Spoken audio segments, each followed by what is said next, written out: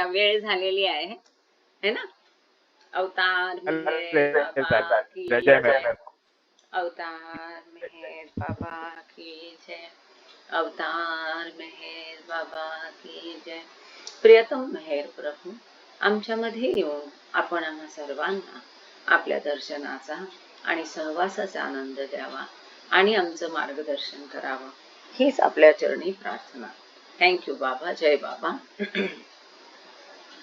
हे प्रियतम परमेश्वरा, तुझ्यावर अधिकाधिक प्रेम करण्यासाठी आम्हा सर्वांना तू सहाय्य कर. अधिक आणखी अधिक प्रेम करण्याकरता इतकं की तुझ्याशी तद्रूप होण्यास आम्ही पात्र व्हावं व तुझ्यावरील आमचं प्रेम वृद्धिंगत व्हावं, यासाठी आम्हास तू सहाय्य कर. आणि प्रियतम बाबांचा दरम्यान अगदी अखेरच्या क्षणापर्यंत व अगदी अखेरच्या क्षणी देखील आमच्या हाती घट्ट राहावा, यासाठी आम्हास तू सहाय्य कर. अवतार मेहेर बाबा की जय. अवतार मेहेर बाबा की जय. अवतार मेहेर बाबा की जय. सगळ्यांना प्रेमपूर्वक जय बाबा. काही हरकत नाही, जे आहेत ते आहेत, ते आपण आपलं चालू ठेवायचं, खंड नाही पडायला पाहिजे, नाही का. आपण ईश्वर वचनचं मराठी भाषांतर वाचतोय, गॉड स्पीक्सचं मराठी भाषांतर ईश्वर वचन वाचतोय, आणि त्याच्यामध्ये महत्वाचं प्रकरण चेतनेची उत्क्रांती. आता तृप्ती नाहीये, पण गेल्या वेळेला तिने प्रश्न विचारला होता, चेतना आणि आत्मा म्हणजे एकच का. तर त्याचं उत्तर तिला सांगितलं होतं, नाही, चेतना मध्ये फरक होतो. चेतना मर्यादित होते, आत्मामध्ये कुठलाही फरक होत नाही. आणि त्या सगळ्याचा प्रवास म्हणजेच हे आपण वाचतोय संपूर्ण, की काय बदल होतो, उत्क्रांती कशी होते, मर्यादित चेतना काय, अमर्यादित काय, चेतनेचं कार्य काय. चेतना म्हणजे जाणीव, चैतन्य. जय बाबा रंजन दीदी. तर आता आपण पान नंबर 223. जय बाबा. जय बाबा. पेज नंबर 223 वर आहो. समोर आकृती पण आहे, पण ती आकृती वाचून स्पष्ट करून घेण्याआधी त्या आकृतीबद्दल बाबांनी जे दिलंय ते डायरेक्ट आधी आपण वाचूया, आणि मध्ये जर काही पुरवण्या असतील तर त्या आपण पेंडिंग ठेवून नंतर वाचू. कारण ह्या आकृतीच्या संदर्भात आता आजचं जे प्रकरण आहे ते महत्वपूर्ण आहे, की 4 महत्वाचे 4 जर्नी, जसं बाबांचा लेख पण आहे, 4 महत्वाचे जे प्रवास आहेत, दिव्य प्रवास त्याला बाबांनी म्हटलंय, किंवा एव्हरीथिंग अँड नथिंग मध्ये बाबांनी सांगितले जर्निंग विदाउट जर्नी, असं एक बाबांचं त्याच्यामध्ये एक प्रकरण आहे, की खरा आत्मा कुठे गेला नव्हताच, त्याने कुठला प्रवास केला नव्हताच. कुठलाही प्रवास न करता त्याला वाटतं प्रवास आहे किंवा झालाय. तर जर्निंग विदाउट जर्नी, कारण हा जो सगळा प्रवास आहे तो भासमय जगतातला आहे, म्हणून त्याला म्हटलं तर अर्थ आहे, म्हटलं तर तो भास आहे. परंतु पहिला प्रवास कुठे सुरू होतो, त्याचा शेवट किंवा त्याचा चरमबिंदू, त्याची उपलब्धी म्हणजे कोणती स्टेप. दुसरा प्रवास, दिव्य प्रवास कुठे सुरू होतो, तिसरा दिव्य प्रवास कुठे सुरू होतो, चौथा कुठे सुरू होतो आणि संपतो. हे आपण इंग्लिश मध्ये त्या लेखामध्ये समजून घेतलंय, पण इथे गॉड स्पीक्स मध्ये अगदी बारकाव्यासह बाबांनी आणि या आकृतीसह हे 4 दिव्य प्रवास समजावून सांगितलेले आहेत. ते आपण वाचूया. पान नंबर 223. पहिला दिव्य प्रवास, ज्याला पहिल्या दिव्य प्रवासाची सुरुवात कुठे होते, भूमिकांमध्ये. अखेर कुठे होते, ईश्वर साक्षात्कार मध्ये. पहिल्या दिव्य प्रवासा अखेर व दुसऱ्या दिव्य प्रवासाचे आरंभी दिव्य संधिस्थानी दिव्यत्वाचे व मानवी बदलणारे दिव्य अनुभव आळीपाळीने अनुभवले जातात. तोपर्यंत जोपर्यंत एकाच वेळी फनाफिलाची मी ईश्वर आहे अवस्था बकाबिला अवस्थेत क्रमशः प्रस्थापित होत नाही. ज्या बकाबिला अवस्थेत ईश्वरावस्थेचा निवास प्रस्थापित होतो व जेथे मनुष्य ईश्वर म्हणून नगण्य प्रयत्नाने आपोआपच ईश्वर व मनुष्याच्या द्विधा अनुभवातून एकाच वेळी जातो. की पहिला दिव्य प्रवासाची अखेर जी आहे, जी इथे समोर दिलेली आहे,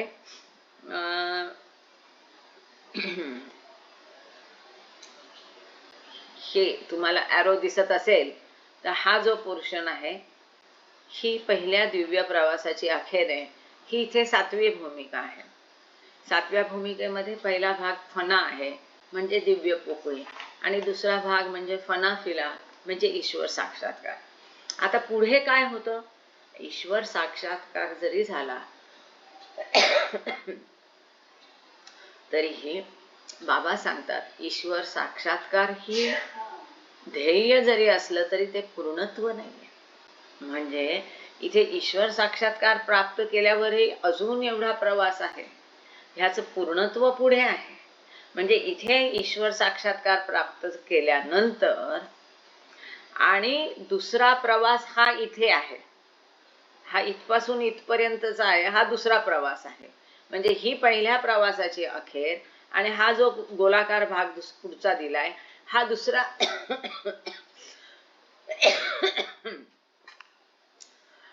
दुसऱ्या प्रवासाची अखेर. ह्याच्या मधली अवस्था जी आहे ती काय आहे? ईश्वरामध्ये, ईश्वराच्या आत स्वतःला स्थित करणं, तिथे वास्तव्य करणं, म्हणजे तिथं दिव्य संधिस्थान आहे. कसं संधिस्थान आहे?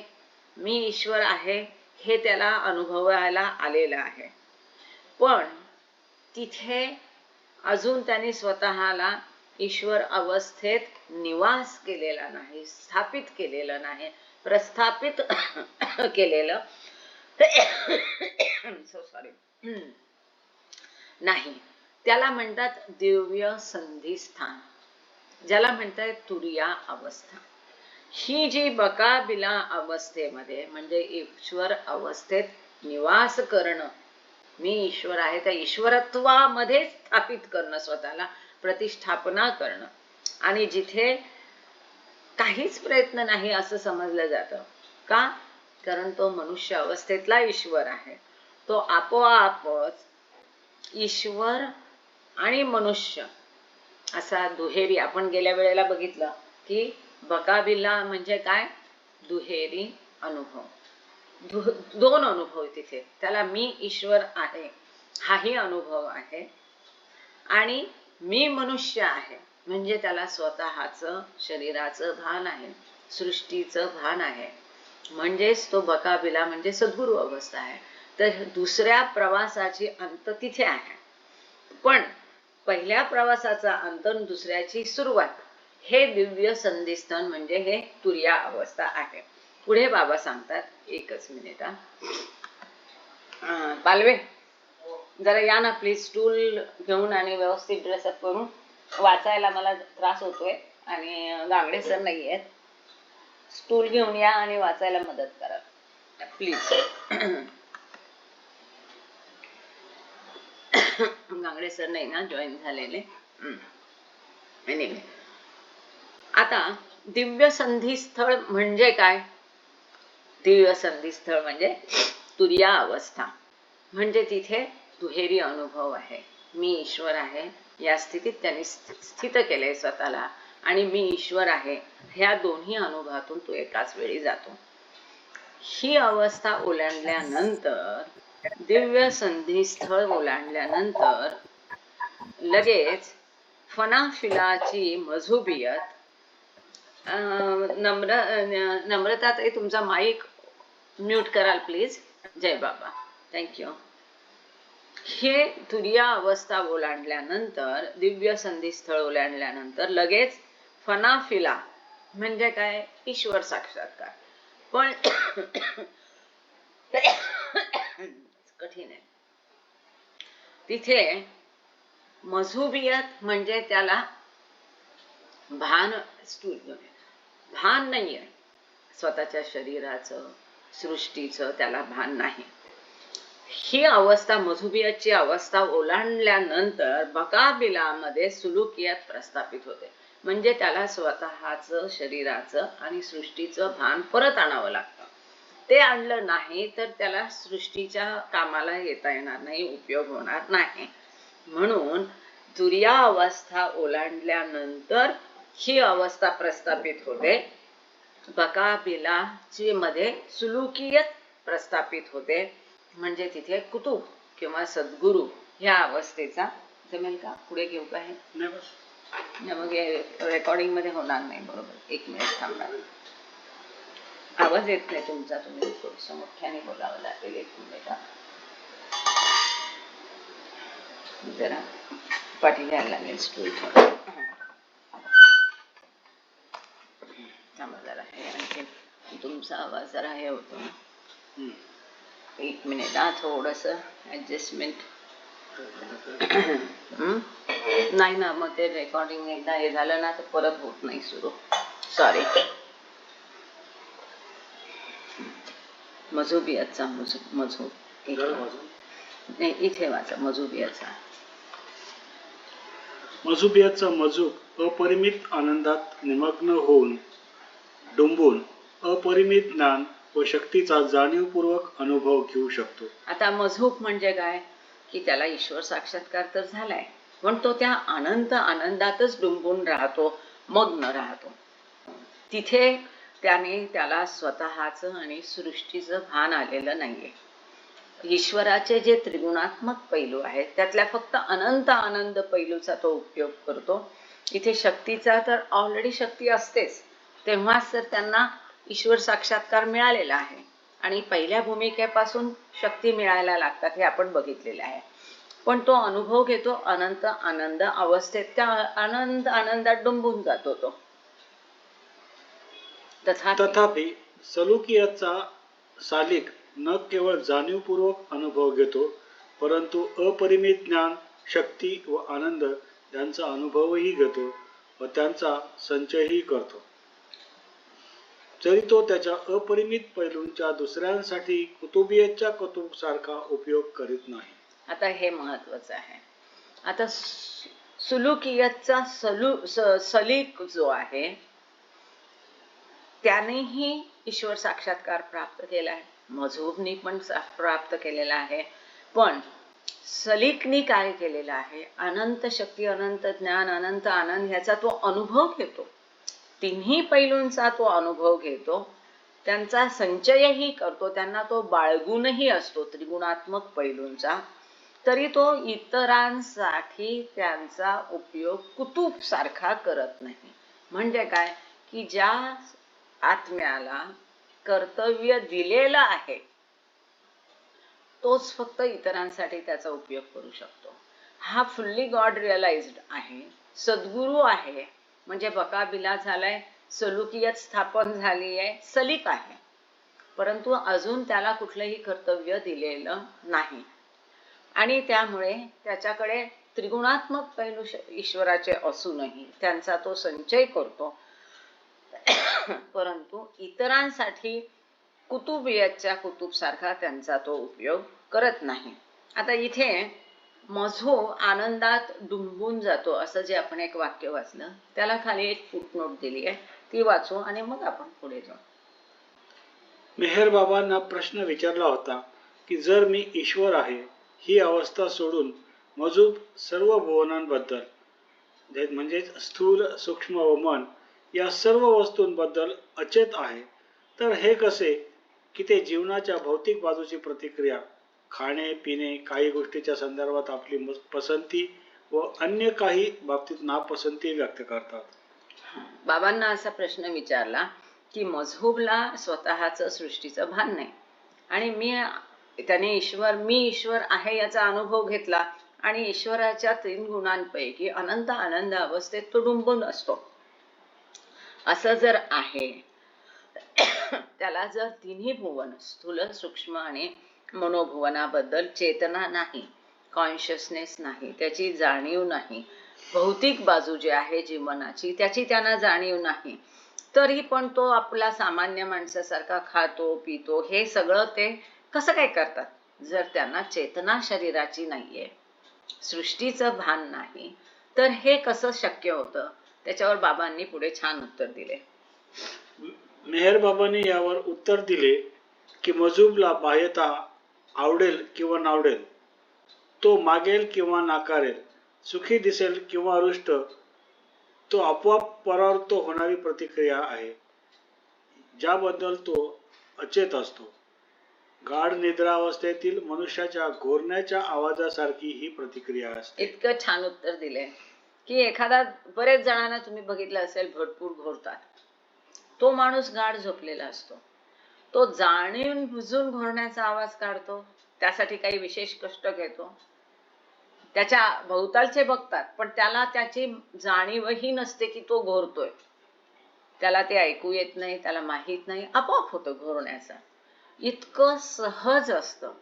जे ईश्वर साक्षात्कारी असतात, जे ईश्वरी प्रेमात पूर्ण डुंबलेले असतात, ज्यांना सृष्टीचं स्वतःचं भान नसतं, त्यांच्यासाठी किंवा 5व्या भूमिकेवरचा असू दे, तो 6व्या भूमिकेवरचा असू दे, त्यांना चेतना जरी नसली तिन्ही भुवनांची, तरी त्यांच्यासाठी खाणं पिणं ह्या सगळ्या भौतिक गोष्टी, उठणं चालणं, एका खोलीतून दुसऱ्या खोलीत जाणं, किंवा सगळ्या ज्या काही भौतिक क्रिया आहेत त्या इतक्या आपोआप होतात, सहज होतात, त्या ऑटोमॅटिक होतात. त्यांनी कळून वळून समजून वमजून त्या केलेल्या नसतात. आपण त्या होतात. आणि याच्याबाबत सध्या आपण हे उद्या बघणारच आहोत. उद्या मंगळवार आहे. द बॉईज आपण वाचतोय सध्या, सुंदर पुस्तक. तर त्याच्यामध्ये अब्दुल्ला पकरमानला जेव्हा 6व्या भूमिकेचा तो स्थित झाला, त्याचा अनुभव आला, तर त्यानंतर त्याला मेहर बाबांनी आणखीन 4-5 शिष्य आणि त्यांची प्रायव्हेट मीटिंग झाली, कॉन्फरन्स सारखी एका खोलीत समाधीच्या तिथे. ते उद्याला आपण सगळं त्याचं डिटेल बघणार आहोत. त्यावेळेस त्यांनी त्याला प्रश्न केले अब्दुल्ला पकरवानला की तुला असं कसं कसं वाटतंय ते. तर 6व्या भूमिकेतल्या सुद्धा वर करणी तो इतरांसारखा चालतो, बोलतो, वागतो, पण ह्या सगळ्या क्रिया आपोआप होत असतात. जसा झोपेत चालणारा त्याच्या क्रियाबाबत असाच असतो. त्या क्रिया कितीही सर्वसामान्य किंवा विविध प्रकारच्या असोत, मजूब स्वतःच्या शरीराविषयी विस्मृत असतो, व त्याला केवळ मी ईश्वर आहे या दिव्य अवस्थेची चेतना असते. तर त्यांनी आणखीन दुसरं उदाहरण तिथे बाबांनी दिले की झोपेत चालणारा माणूस, बऱ्याच जणांना झोपेत चालायची सवय असते, उठतात आणि आपण चालायला लागतात, त्यांना काहीच माहीत नसतं. तर तितकं आपसूक त्या होतात, त्याच्याबद्दल त्यांना चेतना नसते, भान नसतं. आता आपण पान नंबर 224 वर आहोत. दुसऱ्या दैवी प्रवासाची अखेर तिसऱ्या दैवी प्रवासाचा आरंभ होतो. जो प्रवास कुतुबियतची अवस्था आहे, जेथे ईश्वराचे जीवन अशा ज्याकडून अनुभवले जाते की ज्यांना कुतुब किंवा सद्गुरू किंवा परमपुरुष म्हटले जाते. आता पहिला दिव्य प्रवास कुठे सुरू झाला? भूमिकेत सुरू झाला. आणि पहिला दिव्य प्रवास कुठे संपला? 7व्या भूमिकेत संपला. दुसरा दिव्य प्रवास कुठे सुरू झाला? ईश्वर साक्षात्कारानंतर लगेच सुरू झाला. आणि बकाबिला अवस्थेमध्ये, म्हणजे पूर्ण पुरुष किंवा सद्गुरू होण्यामध्ये तो दुसरा प्रवास, किंवा त्याला आपण म्हटलेले आहे की तुर्या अवस्थेनंतर बकाबिलामध्ये ईश्वर आहे या अवस्थेमध्ये स्थित होण्यामध्ये, प्रस्थापित होण्यामध्ये बकाबिलाचा प्रवास संपलेला आहे, सालिक झाला तो. पहिल्या प्रवासानंतर तो ईश्वर साक्षात्कारी झाला, दुसऱ्या प्रवासा अखेर तो सलिक झाला. आता दुसऱ्या प्रवासाची अखेर झाली, सलिक झाला, पण त्यात फरक काय आहे की तो इतरांसाठी त्या त्रिगुणांचा उपयोग करू शकत नाही, कारण तशी ड्युटी त्याला अजून दिलेली नाही. आता इथे जिथे दुसऱ्या प्रवासाचा अखेर होतो, तिथे तिसऱ्या प्रवासाची सुरुवात होते. जसं आकृतीमध्ये तुम्ही बघताय, हा पहिल्या प्रवासाची अखेर इथे झाली, इथे दुसरा प्रवास, हा तिसरा प्रवास जो इथे दाखवलेला आहे, हा जो राऊंड दाखवलाय, आता राऊंड तुम्हाला दिसत नसेल, इथे गोलाकार असा आहे, हा तिसरा प्रवास आहे. हा तिसऱ्या प्रवासाची अखेर आहे. तर तिसरा प्रवास इथे सुरू झाला, जिथे दुसरा प्रवास हा कंसासारखा भाग संपलेला आहे, आणि त्याच्यावरती ही जी अशी पाईप सारखं दिसते, हा तिसरा प्रवास आहे. तर दुसरा प्रवास जिथे संपला तिथे तिसरा प्रवास सुरू झाला, आणि तिसऱ्या प्रवासाची अखेर म्हणजे कुतुबियत, म्हणजे पूर्ण पुरुष, परमहंस, सद्गुरू, कुतुब, की ज्यांना ह्या सृष्टीसाठी काही कर्तव्य दिलेले आहेत. आणि असे 5च सद्गुरू असतात की ज्यांना ह्या सृष्टीचा भार व्हायला दिलाय. म्हणजे दुसऱ्या साध्या शब्दात आपण हे म्हणू शकतो की तिसऱ्या दिव्य प्रवासाचा अंत किंवा अखेर म्हणजे 5 सद्गुरूंपैकी एक सद्गुरू होणे असंही आपण म्हणू शकतो. ही कुतुबियतची अवस्था आहे. इथे म्हणजे तो काय, दुसऱ्या प्रवासाच्या अखेर तो सलीक झाला. तिसऱ्या प्रवासाच्या अखेर दोघेही सद्गुरू आहेत, दोघांनाही गॉड्स रिअलायझेशन झालेलं आहे आणि त्यानंतर भान आलेलं आहे सृष्टीचं आणि स्वतःचं. पण सलीकला ड्युटी नाहीये आणि कुतुबला ड्युटी आहे. तर कुतुबियतची अवस्था आहे तिथे त्याच्याकडून ईश्वराचं जीवन, केवळ त्यांनी ईश्वरात स्वतःला स्थित केलेलं नाही, तर तो ईश्वराचं जीवन अनुभवतो. अशांना पूर्ण पुरुष म्हटलेला आहे. परम पुरुष म्हणजे ही उच्च स्थिती आहे. परम म्हणजे उच्च. अशांना कुतुब किंवा सद्गुरू किंवा परम पुरुष म्हटलेला आहे. तिसरा प्रवास समजला असेल असं मी गृहीत धरते. पुढे बकाबिल्लाच्या सलुकियतला अनुसरणारी कुतुबियत अवस्था आहे की जेथे मनुष्य ईश्वर म्हणून बकाबिल्लामध्ये ईश्वर जीवनात प्रस्थापित झाला. आता तो कुतुबियतच्या अवस्थेमध्ये कुतुब किंवा सद्गुरू म्हणून ईश्वर जीवन जगणे सुरू करतो. आता बकाबिल्ला आणि कुतुबियत याच्यात काय फरक, तो तिथे बाबांनी थोडक्यात सांगितलाय. बकाबिल्ला झाल्यावर कुतुबियत मिळते, म्हणजे बकाबिल्लाला अनुसरणारी म्हणजे त्याच्या मागोमाग येते कुतुबियत येते, म्हणून ती तिसरा दिव्य प्रवास आहे. ती अवस्था बकाबिल्ला नंतर येते. आणि बकाबिल्ला कशानंतर येते, फनाफिला नंतर येते. म्हणजे नंबर 1 फनाफिला, नंबर 2 बकाबिल्ला, नंबर 3 कुतुबियत. आता इथे काय झालेलं आहे, बकाबिलामध्ये तो ईश्वराच्या आत प्रस्थापित झाला. जी ईश्वर अवस्था आहे त्याच्यामध्ये आत त्यांनी स्वतःला स्थित केलेला आहे. आणि कुतुबियत मध्ये काय आहे, तो कुतुब किंवा सद्गुरू म्हणून प्रत्यक्षात ईश्वराचं जीवन जगणं सुरू करतो.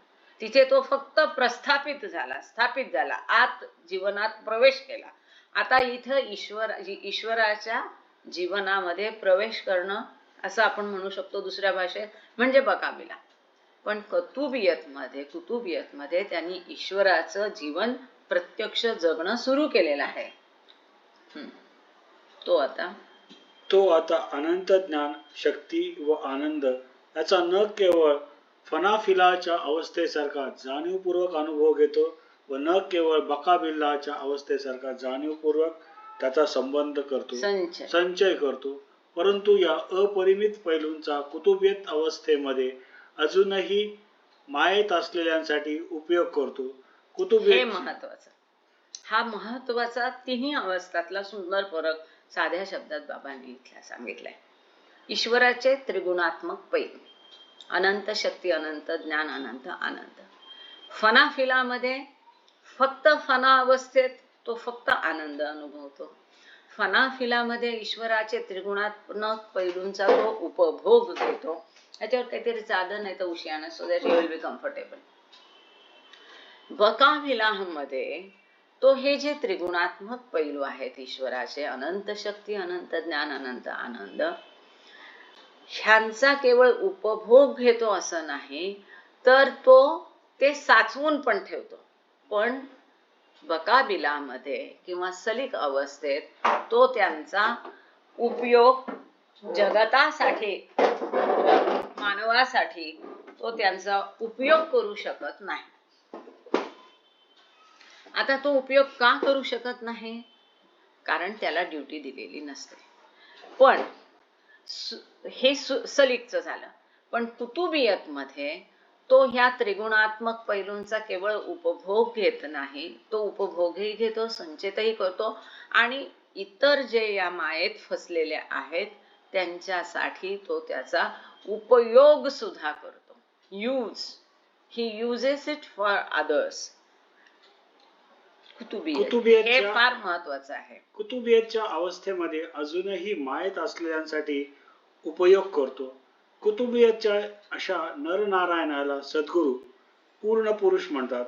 जो मनुष्य न केवळ ईश्वर झाला व त्याला ईश्वरात प्रस्थापित केले, परंतु मायेत ईश्वराचा व्यक्तिगत प्रतिनिधी म्हणून ईश्वराचे जीवन जगतो. आता सलीक आणि कुतुब मध्ये काय फरक आहे? आपण ठोक मनाने सगळ्यांना सद्गुरू म्हणतो, पण सलीक हा जो आहे तो त्रिगुणात्मक पैलूंचा उपभोग घेतो आणि साचून ठेवतो, पण उपयोग करू शकत नाही. परंतु जो कुतुब आहे तो त्रिगुणात्मक पैलूंचा इतरांसाठी, ह्या मायेत फसलेल्यांसाठी उपयोग सुद्धा करतो. आता तो केवळ मनुष्य किंवा केवळ ईश्वर नाही, तर त्याने स्वतःला ईश्वरात प्रस्थापित करून तो ईश्वराचं जीवन जगतो आणि इतरांना ईश्वरत्वाच्या मार्गाला नेण्यासाठी मदत करतो, आपल्यासारखं बनवण्यासाठी. तर ईश्वराचा व्यक्तिगत प्रतिनिधी म्हणून तो ईश्वराचे जीवन जगतो. स्वतः ईश्वर, ईश्वराचा प्रत्यक्ष प्रतिनिधीला काय म्हणतो? प्रॉक्झी नाही, ईश्वराचा मेंबर, प्रतिनिधी, एजंट ते नाही, एजंटचा पुन्हा वेगळा अर्थ आहे. तर ईश्वराचा व्यक्तिगत प्रतिनिधी म्हणून, रिप्रेझेंटेटिव्ह म्हणून तो स्वतः ईश्वराचेच जीवन जगतो. कोण? कुतुब. हे फार छान दिलंय. म्हणजे फना फिला, बकाबिला, सलीक आणि कुतुब. पहिल्या प्रवासाचा अखेर, दुसऱ्या प्रवासाची अखेर, तिसऱ्या प्रवासाची अखेर, हे तिन्ही ह्या पॅरेग्राफ मध्ये थोडक्यात की तिथे नक्की काय आहे, त्याची अवस्था कोणती आहे आणि त्याचा त्रिगुणात्मक पैलूंचा उपयोग, संचय आणि उपभोग ह्याबद्दल ह्याच्यात सांगितलेलं आहे. आणि हे सगळ्याचं सार आहे. हे समजलं म्हणजे हा सगळा पूर्ण चार्ट समजला. आणि त्यात खरंच अवघड असं काहीच नाही. एक दोनदा वाचलं की आणखीन समजेल. समजा काही राहिलंच असलं समजायचं किंवा माझ्याकडून समजवायचं राहिलं असेल तर तुम्ही नक्की विचारा. आता इथे पूर्ण पुरुष याच्याबद्दल एक पुरवणी आहे 355 नंबरची. पण त्याआधी आपण हे जे पूर्ण प्रवास आहे, पहिला प्रवास, दुसरा प्रवास, हे संपूया आणि मग आपण 355 पानावरची पुरवणी नंतर घेऊया. मी ईश्वर आहे व मी मानव आहे ही दुहेरी भूमिका जी बकाबिल्लामध्ये प्रस्थापित झाली होती ती आता न केवळ एकाच वेळी अनुभवली जाते, परंतु कुतुबियेच्या अवस्थेमधून जगलीही जाते. व नरनारायण, कुतुब, सद्गुरू किंवा पूर्ण पुरुष आता एकाच वेळी ईश्वराचे व मनुष्याचे जीवन, ईश्वरावस्थेच्या अपरिमित ज्ञान, शक्ती व आनंदाच्या सर्व सामर्थ्यासह व मनुष्य अवस्थेच्या सर्व दौर्बल्याच्या व हाल अपेष्टासह जगतो. आणखीन एक सुंदर पॅरेग्राफ आहे. सगळं क्लिअर होऊन गेलं. आता बकाबिलामध्ये काय होतं? त्यांनी स्वतःला ईश्वर अवस्थेमध्ये स्थित केलं. ही अवस्था कधी आली? दुहेरी अनुभव आहे. तुर्यास्थान, दिव्य संधी स्थळ, तिथे तो मी ईश्वर आहे हेही अनुभवतो, कारण त्याला आता स्वतःचं आणि सृष्टीचं भान आलेलं आहे. आणि मी ईश्वर आहे आणि मी मानव आहे हेही तो अनुभवतो. अशी दुहेरी भूमिका त्याची कुठे प्रस्थापित झाली?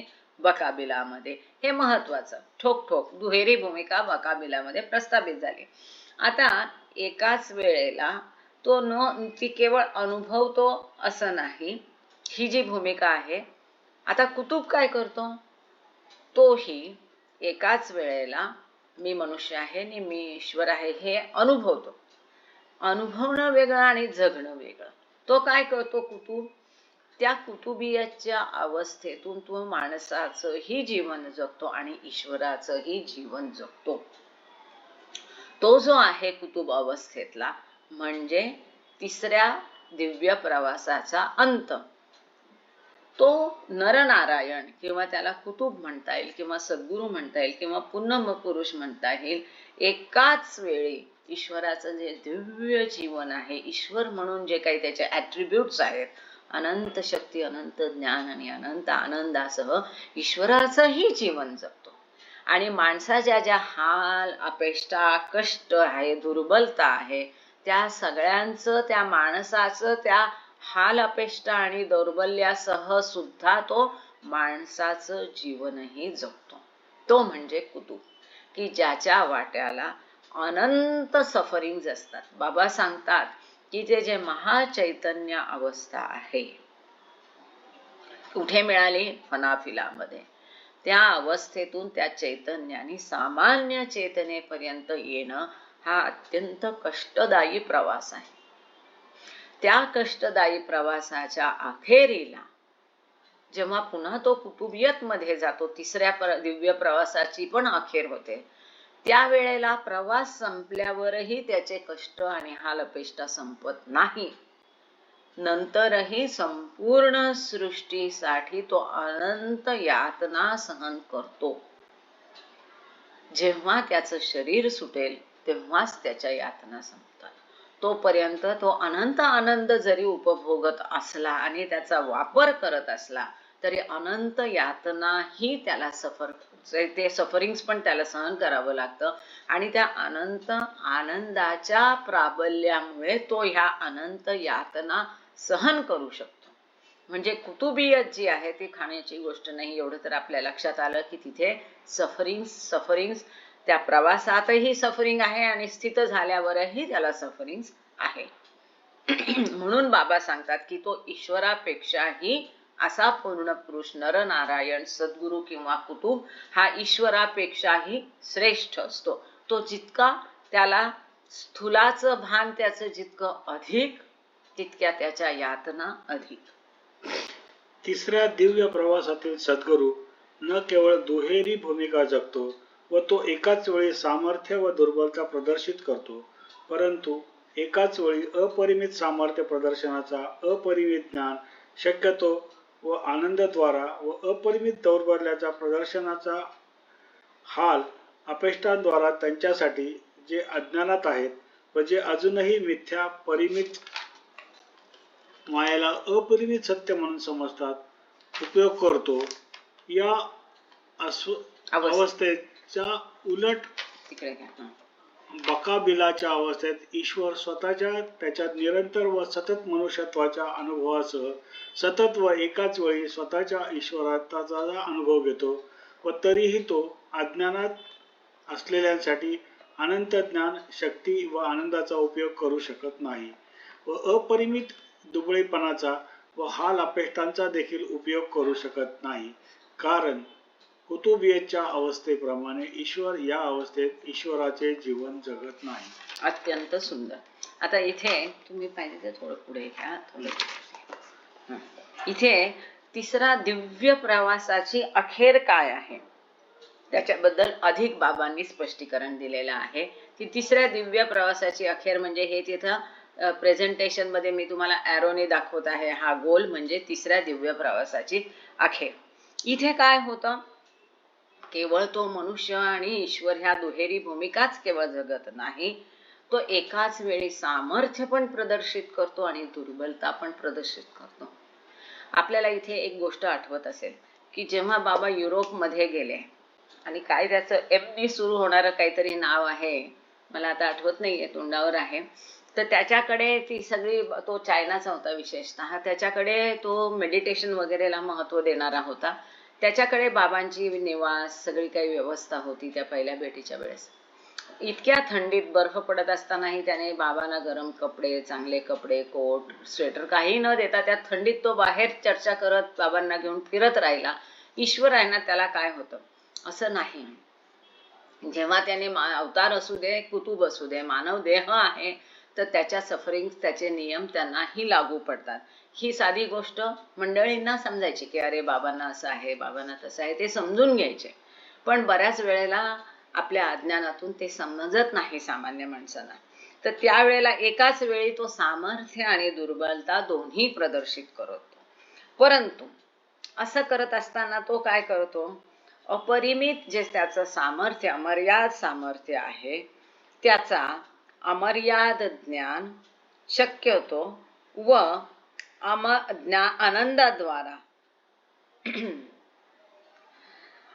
आनंदाद्वारा अमर्याद दौर्बल्य आणि हाल अपेष्टांद्वारा त्यांच्यासाठी, म्हणजे हे सगळं बेस कुठला आहे, अमर्याद शक्ती, ज्ञान, आनंद हा बेस आहे. त्याच्या मार्फत, त्याच्यामुळे ते आहे म्हणून अमर्याद हाल अपेष्टा आणि दौर्बल्य तो सहन करू शकतो किंवा प्रदर्शित करतो. कुणासाठी?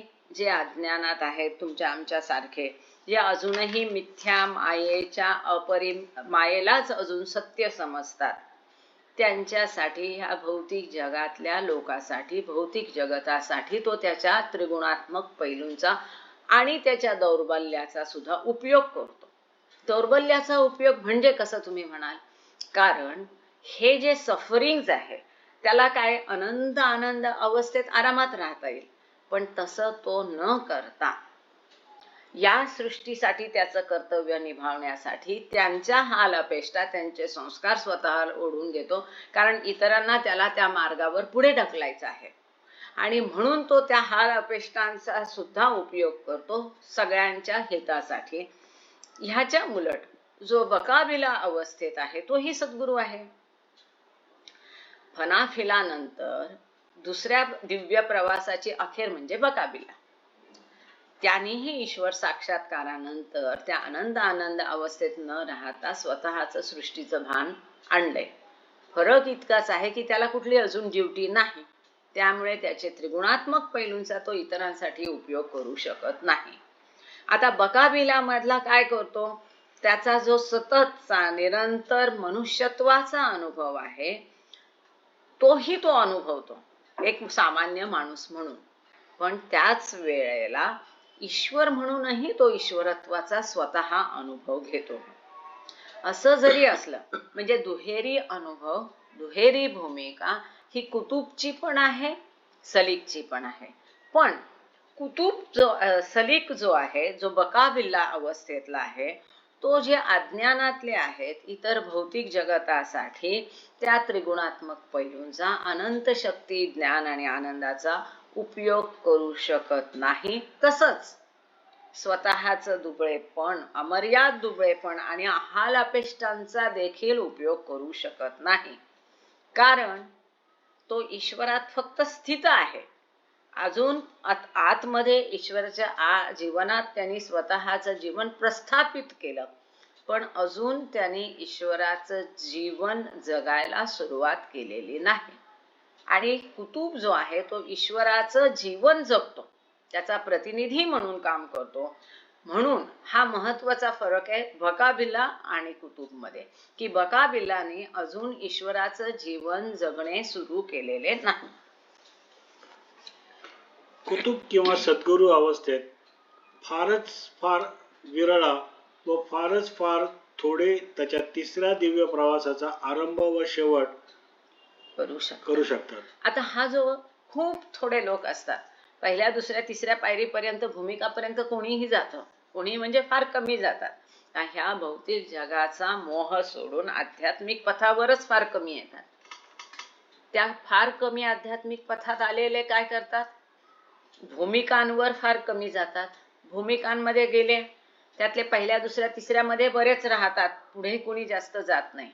चौथी पाचवी सहावी मध्ये, चौथी पाचवीत फार कमी जातात, सहावीत अजून फार कमी जातात, आणि सहावीतून सातवीत ईश्वर साक्षात्कार वाले पण खूप कमी असतात.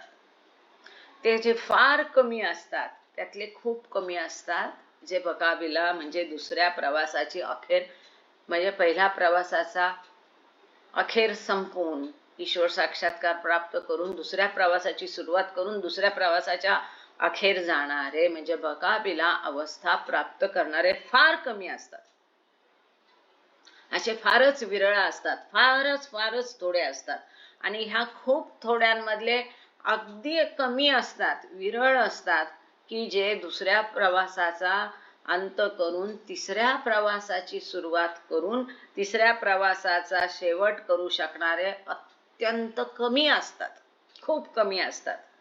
आता इथे हे जे कमी कमी होत चाललेलं आहे, इथे आपल्याला एव्हरीथिंग आणि नथिंग पुस्तकातला द पर्ल डायव्हर, गोताखोर म्हणून प्रकरण खूप सुंदर आहे, की ज्याच्यामध्ये एका उदाहरणाच्या माध्यमातून बाबांनी हे समजून सांगितलं, की जो एखाद्याला मोती काढायचे समुद्रामधून, तर तो मोती काढायला समुद्रावर जातो.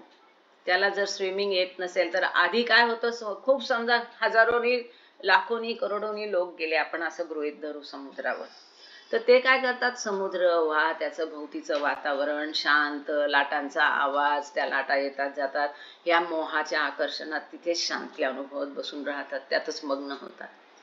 त्यातल्या बऱ्याच जणांना स्विमिंग माहीत नसतं. समुद्रात पोहणं वेगळं असतं, त्याचं टेक्निक वेगळं असतं. मग त्यातले खूप थोडे असतात की ते पोहायला शिकतात समुद्रात. आता जे शिकतात, समजा लाखांनी लोक पोहायला शिकले, त्या लाखातले सगळे त्या पोहण्याचाच आनंद घेतात, त्यातच निमग्न राहतात, गुंगून जातात. त्यातले फार थोडे आहेत की त्यांना लक्षात राहतं की मी पोहणं शिकायला इथे आलो नाही, तर समुद्राच्या तळातला मोती काढायला आलो. आणि मग ते पोहणं सोडून गोताखोरी ज्याला म्हणतात, की समुद्राच्या तळाला जाण्याचं टेक्निक वेगळं असतं, ते शिकतात. आता काही त्या टेक्निक मध्ये रमून जातात आणि फार थोडे असतात की ते खरंच समुद्राच्या तळाला जातात. आता समुद्राच्या तळावर गेले, अगदी शेकडा समजा, त्या करोडो मधले समजा 100 समुद्राच्या तळाला जातील, 100ही नाही. समुद्राच्या तळाला गेल्यावर तिथेही मोहमयी दुनिया असते, सुंदर सुंदर काय काय असतं. मग बरेचसे राहिलेले ते शेकड्यातले लोक त्या वातावरणात, अरे वा, इथे कोरल दिसतं, इथे हे दिसतं, तिथे शेवाळ दिसतं, म्हणून तेच समुद्राच्या तळाचं आकर्षण बघण्यात त्या मोहात गुंगून जातात. त्यातल्या फार थोड्यांना लक्षात राहतं की मी इथे मोती शोधायला आलो. मग ते अत्यंत कमी, आता शेकडा पण नाही राहिले, समजा 50 है ना, अत्यंत कमी असतात की ते मोती शोधायला लागतात. आणि त्यातल्या फार कमी लोकांना, 20-25 लोकांनाच फक्त तो मोती मिळतो. आता मोती मिळाल्यावर ते त्याच आनंदात काही तिथेच राहतात, मोती मिळाल्याच्या आनंदात, म्हणजे कोण, मजूर. पण फार थोडे असतात, अगदी 10-1 लोक असतात की तो मोती घेऊन त्याला माहिती असतं की मी परत वरती समुद्राच्या सतहपर, समुद्राच्या पृष्ठभागावर तो मोती हातात घेऊन समुद्राच्या पृष्ठभागावर परत येणारे मुठभर पण राहत नाही. फार कमी लोक असतात की ते समुद्रातला मोती घेऊन पृष्ठभागावर येतात. आणि ते पृष्ठभागावर आलेल्यातले सुद्धा, आता हे 10-1 समजा आहेत, त्यातले 5-1च लोक असे असतात की तो मोती घेऊन पृष्ठभागावर आल्यावर पुन्हा किनाऱ्याला येतात. आता पृष्ठभागावर आलेले म्हणजे कोण, बकाबिला. मोती मिळाले म्हणजे कोण, फनाफिला. आणि ज्यांना मोती घेऊन पृष्ठभागावर येऊन पुन्हा जे किनाऱ्यावर येतात, असे अगदी 5-1 असतात. करोडो गेले होते, 5-1च आहेत. तो मोती घेऊन किनाऱ्यावर येऊन इतरांना दाखवतात की बघा, असा मोती मला मिळाला आहे, हा मोती प्राप्त करायला असं असं करावं लागतं, मी तुम्हाला शिकवतो आणि मी तुम्हाला सुद्धा असा मोती प्राप्त करून देतो. असे फार थोडे, अगदी 5च, बघा करोडो गेले होते, अगदी 4-5च राहिले की तो मोती घेऊन ते इतरांना दाखवतात, बघा असा मोती मिळतो. असा म्हणजे नरनारायण किंवा कुतुब, की इतरांची तो मोती प्राप्त करायला मदत करतात. हे सुंदर प्रकरण हे इथे एका वाक्यात सांगितलं. फारच विरळा, फारच थोडे, फारच विरळा, फारच थोडे, म्हणजे हे की अगदी थोडे असतात की ज्यांना कुतुबियत प्राप्त होते. या अवस्थेत मनुष्य ईश्वर म्हणून ईश्वराचे जीवन जगतो. तो आता अपरिमित ज्ञान, शक्ती व आनंद ज्यांचा तो अनुभव घेतो, याचा उपयोग करतो, तो ईश्वर या मनुष्य किंवा नरनारायण आहे, ज्याने अनेकात इंटू द मनी एक अविभाज्य अस्तित्व उतरवले आहे, हॅज ब्रॉट डाऊन. तो नरनारायण आहे की ज्याने स्वतंत्र सत्य, इंडिपेंडंट रियालिटी मायेत उतरवली आहे व तो मायेला त्याच्या पलीकडील अवस्थेच्या विज्ञान भूमिकेच्या किंवा मुकामे मोहम्मदीच्या दिव्य कार्यालयातून नियंत्रित करतो. आता इथे बाबांनी कुतुबियतच्या अवस्थेचं पुढचं वर्णन केलेलं आहे, त्याच्याबद्दल बाबा इथे सांगतात. इथे अजून एक पुरवणी आहे, पण आपण ती नंतर बघू. 27 नंबरची पुरवणी पण इथे आहे, ती आपण नंतर बघूया. आता खूप कमी लोक आहेत की जे कुतुबियत प्राप्त करतात, हे बाबांनी सांगितलं. म्हणजे काय करतात की असे लोक की जे ईश्वर म्हणून ईश्वराचंही जीवन जगतात आणि त्याच अवस्थेत, म्हणजे मॅन टू गॉड झाले ना, नरनारायण, नराचा नारायण झालेला आहे. मनुष्याच्या देहातला ईश्वर स्वतः ईश्वर म्हणून त्यांनी स्वतःला ओळखलेला आहे. Man to god, Narnarayan. आता या अवस्थेत मनुष्य ईश्वर म्हणून, म्हणजे तो आहे कोण? मनुष्य आहे. तो मनुष्य, दार लावून घ्याल म्हणजे आवाज नाही येणार. थँक्यू. माझा नातू आला त्यामुळे आता तिकडे जायला लागेल यांना. एनिवे, मनुष्य अवस्थेत असूनही तो मनुष्याचंही जीवन जगतो आणि ईश्वर म्हणून, मनुष्य म्हणून, ईश्वर म्हणून ईश्वराचंही जीवन जगतो. आता तो जे ईश्वराचे त्रिगुणात्मक पैलू आहे त्यांचा अनुभव घेतो, त्यांचा उपयोगही करतो. Sorry.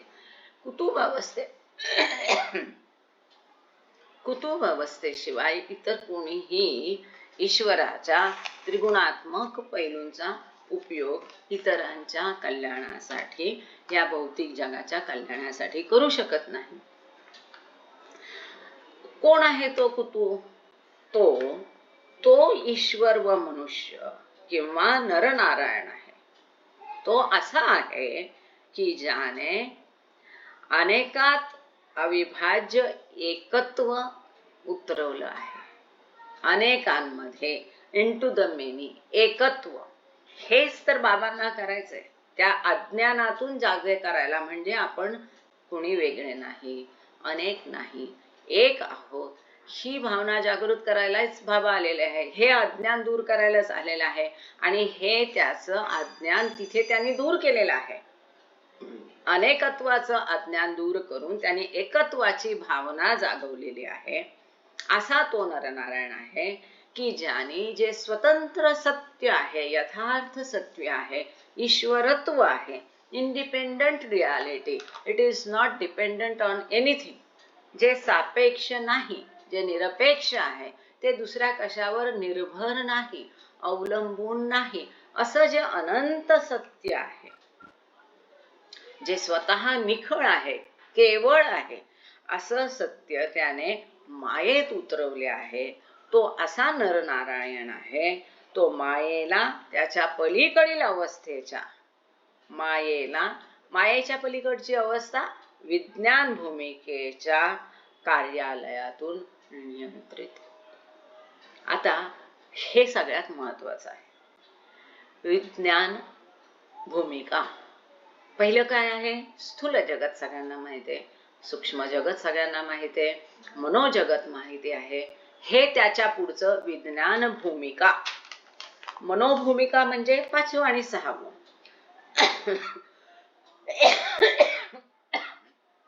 I am so sorry. आता म्हणजे काय त्यांनी केलं की जेव्हा त्यांनी ईश्वर साक्षात्कार कधी होतो? सगळे संस्कार संपल्यानंतर ईश्वर साक्षात्कार किंवा ईश्वर साक्षात्कार, सगळे संस्कार संपले म्हणून ईश्वर साक्षात्कार झाला. आता जर देह टिकवायचा, जीवन जगायचं, तर संस्कार पाहिजे. मग सगळे संस्कार संपल्यावर हा नरनारायण, हा कुतुब मनुष्याच्या देहात राहून काम कसं करू शकेल? मग त्याला कुठले तरी संस्कार पाहिजे. ते संस्कार विज्ञानी संस्कार आहे. म्हणून हे महत्वाचं वाक्य आहे की तो जो नरनारायण आहे, तो जो कुतुब आहे, तो काम कुठून करतो? या मायेला मायेच्या पलीकडच्या अवस्थेत नेण्यासाठी तो विज्ञान भूमिकेतून कार्य करतो. कुठून कार्य करतो? विज्ञानी भूमिकेतून. त्याला काय म्हणतात? मुकामे मोहम्मदी. मुकाम ए मोहम्मदी. म्हण मुकाम ए मोहम्मदी. हा, थँक्यू. मुकामे मोहम्मदीच्या अवस्थेतून, म्हणजे विज्ञान भूमिकेतून. या मायेला तो विज्ञान भूमिकेत नेतो, मायेच्या पलीकडे नेतो. हे केवढं अद्भुत असेल, हे किती महत्वाचं आहे. कारण तो विज्ञानी भूमिकेत, विज्ञान भूमिकेत राहून कार्य करतो या जगासाठी, ह्या जगाला सत्य दाखवण्यासाठी. ते अंतिम सत्य त्याला उलगडलेलं आहे. त्या सत्याच्या, स्वतंत्र सत्यात त्याने मायेला उतरवून, तो मायेच्या पार जाऊन त्या विज्ञान भूमिकेत राहून विज्ञानी संस्कारांमार्फत, म्हणजेच मुकामे मोहम्मदीच्या कार्यालयातून तो, हे त्याचं कार्यालय कसं कार्यालय? दिव्य कार्यालय आहे. त्या कार्यालयातून तो या सृष्टीसाठी कार्य करतो.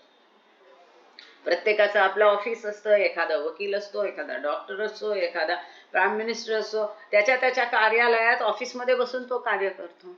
तसं हे सद्गुरूचं कार्यालय म्हणजे मुकामे मुहम्मदी किंवा विज्ञानी कार्यालय. त्या कार्यालयात बसून तो सगळ्या सृष्टीसाठी कार्य करतो. या नरनारायणाचे किंवा सद्गुरूचे जीवनच सहज समाधी होय. एक मिनिट, सॉरी.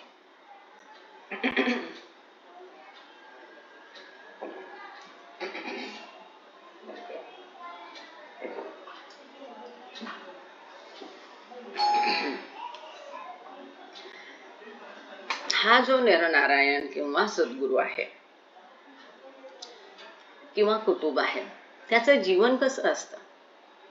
आता ज्याने बका बिल्लाच्या पुढचं तिसऱ्या प्रवासाचा, दिव्य प्रवासाचा अंत सुद्धा प्राप्त केलाय, जो स्वतः कुतुब आहे, जो ईश्वर आणि माणसाचं जीवन जगतो, त्याचं जीवन एक सहज समाधी आहे. सहज समाधी सगळ्यात आहे आणि कशातच नाही, असं त्याचं जीवन. प्रत्यक्ष त्याचं जीवन म्हणजे एक सहज समाधी अवस्था आहे. आणि ईश्वर साक्षात्कार म्हणजे कोणती समाधी आहे? निर्वाण समाधी. आणि कुतुबियतचं म्हणजे कोणतं आहे? सहज समाधी. असा सद्गुरू एकाच क्षणी एक समयावेच्छेदे करून सर्व विश्वात, सर्व भुवनात, सर्व स्तरावर वर सर्व भूमिकांवर एकाचे व सर्वांचे जीवन जगत असतो. एकाच वेळेला सायमल्टेनियसली आपण काय करतो? कोणती तरी एक भूमिका एका वेळेला पार पाडू शकतो. खूप भूमिका एकाच वेळेला करू शकतो का? नाही. आता आजीची भूमिका करायची असेल तर हे लेक्चर संपल्यावर किंवा ह्याच्या आधी हे पण केलं आणि ते पण केलं नाही करू शकत. पण कुतुब काय करतो? एकाच वेळी एकाच क्षणी तो सर्व विश्वात म्हणजे स्थूल जगात असतो, सगळ्या भुवनांमध्ये म्हणजे स्थूल भुवन, सूक्ष्म भुवन, मनोभुवन, तिन्ही भुवनात असतो. विज्ञान भुवनात सुद्धा तो असतो, कारण विज्ञान भुवनात त्याचं ऑफिसच असतो. सगळ्या स्तरांवर असतो. पहिली भूमिका, दुसरी भूमिका, प्रत्येक भूमिकेत तो असतो. सगळ्या भूमिकांवर असतो. सगळ्या स्तर असतात त्याचे, आरोहण अवरोहण, ह्या सगळ्या स्तरांवर असतो. आणि या प्रत्येक स्तरावर, प्रत्येक भूमिकेत, प्रत्येक भुवनात प्रत्येकाचं जीवन तो जगत असतो. ह्यालाच आपण म्हणतो जळी स्थळे काष्टी पाषाणी ईश्वर असतो. कारण तो आता ईश्वर झालाय. तो ईश्वर झालाय म्हणजे तो सर्वभूताठायी आहे, म्हणजे सर्व त्यात सामावलेलं आहे आणि तो सर्वांमध्ये आहे. म्हणून इथे ही जी संकल्पना आहे, आपण जे म्हणतो जळी स्थळी काष्टी ईश्वर, ही अधिक क्लिअर होते की कुतुब कसं जीवन जगतो. प्रत्येकांमध्ये एव्हरीथिंग अँड एव्हरी बीइंग म्हणजे जीवात्मा आणि धातू पत्थर, प्रत्येकामध्ये तो प्रत्येकाचं जीवन जगत असतो त्यांच्या मार्फत.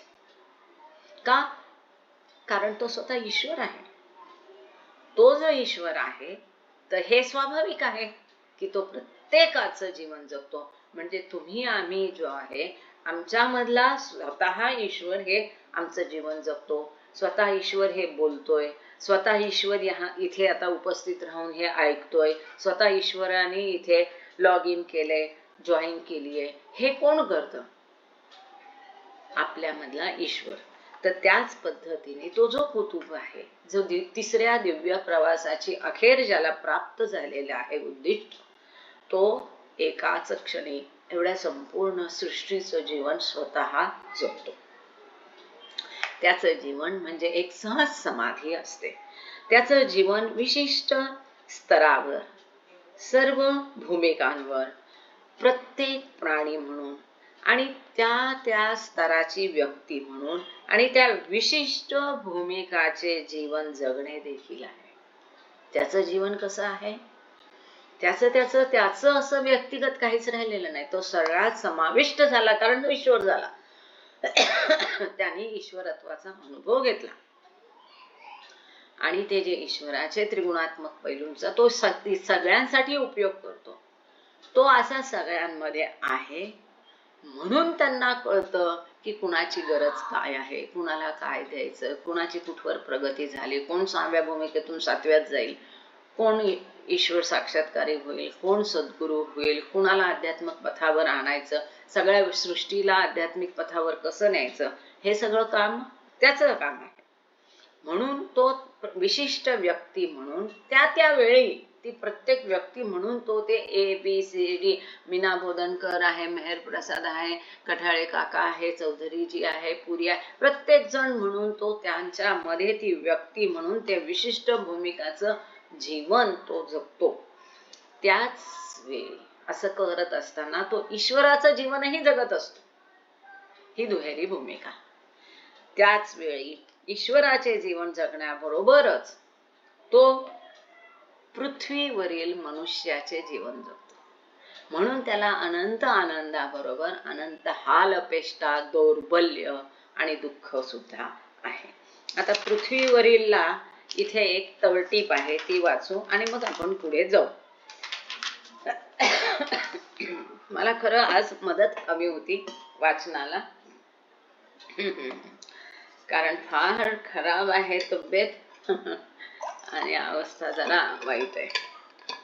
बर, मेहर बाबांच्या शब्दात, पूर्णता ही ईश्वराची ईश्वर म्हणून नाही ना ती मनुष्याची मनुष्य म्हणून. परिमित प्राणी ज्याला आपल्या परिमिततेची जाणीव आहे निश्चितच पूर्णतेपेक्षा कमी आहे, परंतु जेव्हा त्याला अनंताशी आपण एक असल्याची जाणीव येते तेव्हा तो पूर्ण होतो. पूर्णता काय आहे? पूर्णता ही ईश्वराची ईश्वर म्हणून पूर्णता नाही. मनुष्य असून, परिमित प्राणी असून त्याला आपल्या परिमिततेची जाणीव आहे जी पूर्णतेपेक्षा कमी आहे, परंतु त्याला हेही कळतं की मी ईश्वराशी एकरूप आहे. जेव्हा त्याला मर्यादिततेची पण माणूस म्हणून जाणीव आहे आणि त्याचा ईश्वराशी पण एकत्व झालेला आहे, मी ईश्वराशी एकरूप आहे, त्या अनंताची सुद्धा त्याला जाणीव आहे, ह्या दोन्हीचं मिलन होईल तेव्हा ते पूर्णत्व. याप्रमाणे आपल्याला पूर्णता प्राप्त होते. तेव्हा परिमितता तिची मर्यादा पार करते. असं जेव्हा पूर्णत्व प्राप्त होतं ते कसं होतं की मर्यादा जी आहे त्याची पण जाणीव आहे आणि अमर्यादामध्ये एकरूपत्व पण झाले. असं जेव्हा पूर्णत्व प्राप्त होतं तेव्हा मर्यादेचं मर्यादितत्व संपतं. स्वाभाविक आहे. पूर्णत्व प्राप्त होतं कधी? मर्यादिततेची जाणीव असताना अमर्यादाशी मिलन म्हणजे पूर्णत्व. मग जेव्हा मर्यादितेची जाणीव असून तुम्ही अमर्यादाशी अस्तित्वाशी एकरूप झालात तिथं मर्यादेची मर्यादा संपते आणि तिथे अनंताचा अनुभव घेते. जेव्हा अपरिमितता स्वतःचा गृहीत वेगळेपणा टाकून मनुष्य होते, जेव्हा अपरिमितता जे अमर्यादित्व आहे, यथार्थ सत्य आहे, ईश्वरत्व आहे, तो काय करतो? माणूस म्हणून स्वतःचं वेगळेपण टाकून देतो. वननेसचं तत्व अत्यंत महत्वाचं आहे. युनिटी. आपण कुणी भिन्न नाहीत, सगळे एक आहे, हे तत्व सतत मनात बिंबवलं आणि वाढवलं पाहिजे. ते जर केलं तर बरंच काही हासिल होईल. दोन्हीही बाबतीत परिमित आणि अपरिमित एकमेकाच्या बाहेर असत नाही. अमर्याद आणि मर्याद एकमेकाच्या बाहेर नाही. जेव्हा मर्यादितत्व आपली मर्यादा टाकून देतं तेव्हा ते अमर्यादात एकरूप होतं. अमर्याद असंच अमर्याद आहे की ज्यात मर्यादितत्व ऑलरेडी इन्क्लूड आहे, आहेच, समावेश आहे. जर त्यात सर्वाचा समावेश आहे, जर अमर्याद मध्ये मर्यादेचा समावेश नसेल तर ते अमर्याद राहणार नाही, ते पण मर्यादित होईल. म्हणजे अमर्याद मध्ये मर्यादेचा समावेश आहेच, ते त्याच्या बाहेर नाही.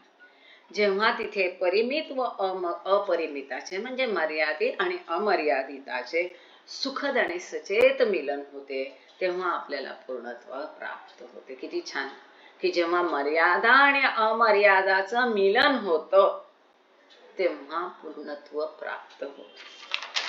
पुढे बाबा सांगतात, परत आपण पेज नंबर 225 वर येऊ.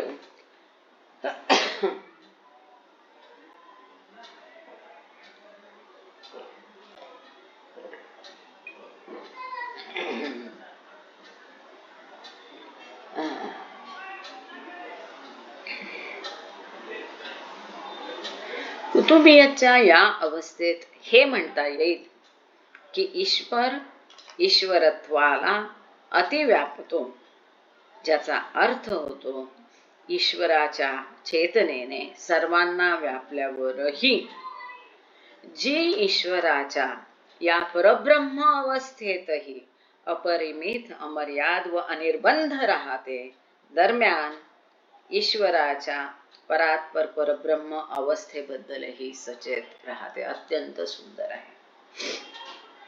कुतुबियत म्हणजे काय? पुढे बाबा सांगतात की ही अशी अवस्था आहे की जिथे ईश्वर ईश्वरत्वाला व्यापतो, ईश्वर ईश्वरत्वाला पूर्ण व्यापतो.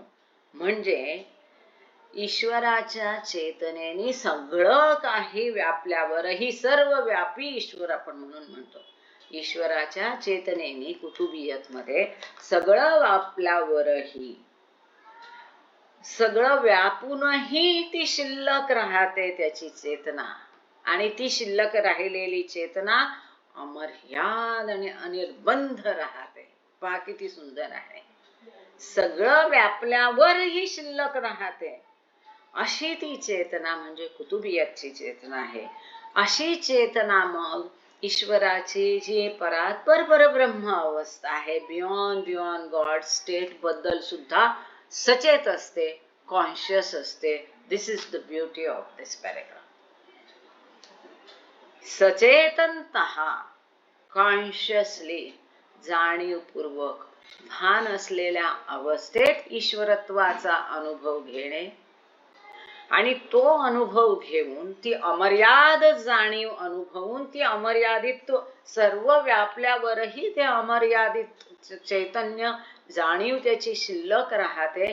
आणि अशी जाणीव ईश्वरत्वाची तिथे कुतुबियत मध्ये अशी जाणीव की ज्या जाणीवेला त्या नेणिवेच्या अवस्थेचं सुद्धा भान आहे, जाणीव आहे. ही अत्यंत सुंदर आहे. नेहमी प्रश्न पडतो बऱ्याच जणांना की सद्गुरूचा देहानंतर सद्गुरू कुठे जातो? तो ह्या अवस्थेत तो विलीन होतो. ही ती अवस्था आहे, तिथलं अपार चैतन्य त्याचं सगळं व्यापल्यावरही शिल्लक राहतं, इतकं ते अमर्याद चैतन्य आहे. आणि जिथे त्या चैतन्याला नेणिवेच्या अवस्थेची सुद्धा जाणीव आहे, बियॉन्ड गॉड स्टेटची सुद्धा जाणीव आहे, अशी ती कुतुबियतची अवस्था आहे. इतर कुठल्याही अवस्थेत, मग 7व्या भूमिकेची फनाफिल्ला असो, दुसऱ्या प्रवासाचा अखेर बकाबिला असो, तिथे त्यांना ईश्वरत्वाचा अनुभवानंतर नेणिवेच्या अवस्थेची भान नाही, जाणीव नाही. पण कुतुबियतची अवस्था नरनारायणाची, परमपुरुषाची अशी अवस्था आहे की तिथे त्याला सर्वव्यापित्व चैतन्य व्यापल्यावरही चैतन्य शिल्लक राहतं. आणि जिथे त्याला परात्पर परब्रह्म अवस्था किंवा बियॉन्ड गॉड स्टेटची सुद्धा जाणीव आहे, नेणिवेतल्या अवस्थेची सुद्धा जाणीव असणं, ही ती कुतुबियत अवस्था आहे. This is wonderful, this is beautiful. हे खूप सुंदर आहे. आम्हाला माहित नाही की ते तितक्या जसं समजतंय त्याप्रमाणे पोहोचतंय की नाही तिथपर्यंत. पुढे आपण आहो. आता कुणाला वाचायचं असेल तर पेज नंबर 225 वर आहे. जर तुमच्याकडे पुस्तक नसेल तर तुम्ही, ओके, काजेभाऊंचा प्रश्न आहे, आपण तो घेऊन मग पुढे जाऊया. जर पुस्तक नसेल तर ग्रुपवर आपण हे सगळं टाकलेलं आहे, त्यामुळे ग्रुप मधलं तुम्ही पेज नंबर 225 काढून वाचू शकता. आता इथून पुढे आपला प्रवास सुरू होणार आहे, 4था दिव्य प्रवास. तर हा अधिक सुंदर आहे. आता आपण कुठला पाहिला? पहिला दिव्य प्रवास, त्याची अखेर म्हणजे फनाफिल्ला गॉड रिअलायझेशन. दुसरा दिव्य प्रवास, त्याचं ध्येय म्हणजे बकाबिला अवस्था. तिथे तिसरा दिव्य प्रवास सुरू झाला. तिसऱ्या दिव्य प्रवासाची अखेर म्हणजे कुतुबियत, Narnarayan, god man to god अवस्था. पण सद्गुरु अवस्था केवळ नाही तर ती परमपुरुषाची, पूर्ण पुरुषाची अवस्था आहे. आणि ह्यानंतरही प्रवास संपत नाही. सद्गुरूच्या देह त्यागानंतर जो चौथा दिव्य प्रवास आहे, तिथे चौथ्या दिव्य प्रवासात कुतुबाचे शरीर सोडण्याशी संबंधित आहे. की कुतुबने शरीर सोडल्यावर पुढे काय होतं ते आता आपल्याला, ते चौथ्या दिव्य, कुतुबने शरीर सोडलं म्हणजे चौथ्या दिव्य प्रवासाची सुरुवात झाली. आता चौथ्या दिव्य प्रवासाची सुरुवात कुतुबनी शरीर सोडल्यावर होतं. त्याची अखेर कुठे होते आणि तिथे नक्की त्याला काय अनुभवायला मिळतं हे अत्यंत सुंदर आहे. आणि ते आज ह्या लिंक मध्ये आपण घेतलं तर जास्त छान वाटेल. मला असं वाटतं आपण लगेच ते घ्यावं. पण काजे भाऊंचा प्रश्न आहे. काजे भाऊ, तुम्हाला चालेल का हे संपून मग प्रश्न घेतला तर? एक 10 मिनिटात तुमचा प्रश्न घेऊया, चालेल? नंतर घेऊया नंतर. चालेल ना? थँक्यू. ओके.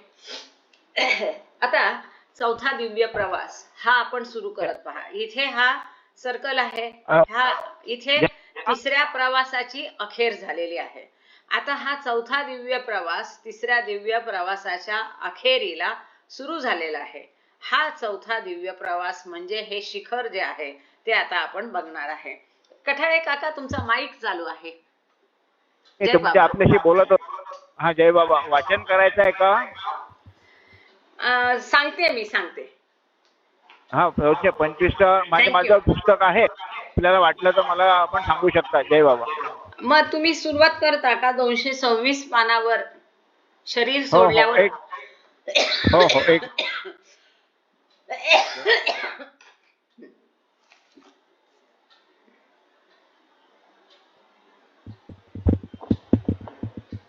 हा 226 पानावर सुरुवात करतोय.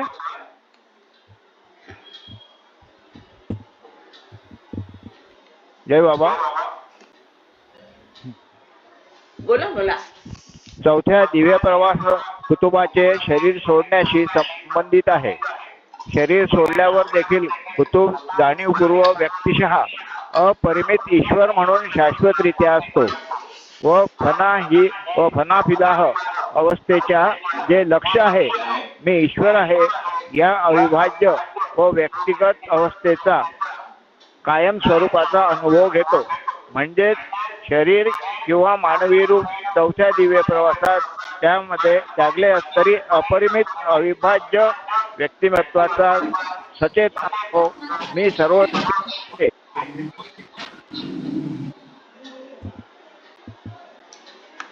थँक्यू काका. आता बंद करू शकता तुमचा माईक. जय बाबा. जय बाबा. जय बाबा. हा, आता तुम्ही म्यूट कराल, तुमचा माईक म्यूट कराल प्लीज.